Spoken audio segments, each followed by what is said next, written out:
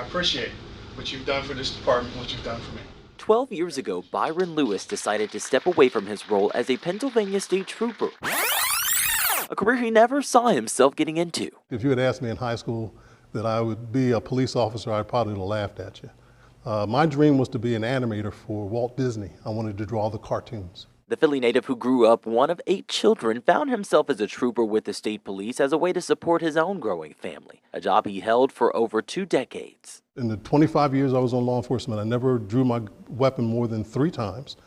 2 of those times was to kill deer that got struck on the highway, and 1 of those times was to make an arrest.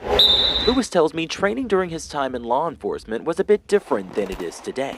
We were trained in the Pennsylvania State Police that you treat everybody with dignity and respect until such time as their behavior dictates otherwise. He spent much of his time serving rural Pennsylvania, but Lewis worked his fair share of racially motivated events. When you stand a skirmish lineup between the anarchists on one side and the KKK on the other side, and you have to make sure everybody plays fair and nice, yeah, that's tense. Black Lives Matter! Black Lives Matter! Decades later, racial tension is still an issue.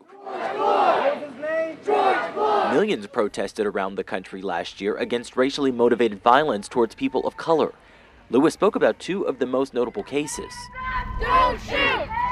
The things we see on television about George Floyd and Breonna Taylor and others kind of go contrary to that training. According to data from Mapping Police Violence, 1,170 people were killed by police last year. 80 of them were unarmed, and most of those individuals were people of color. Some folks, I believe, have lost that service feeling. Lewis says this could all boil down to a lack of service to the public.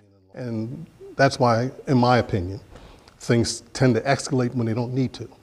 Things tend to get violent when they don't need to.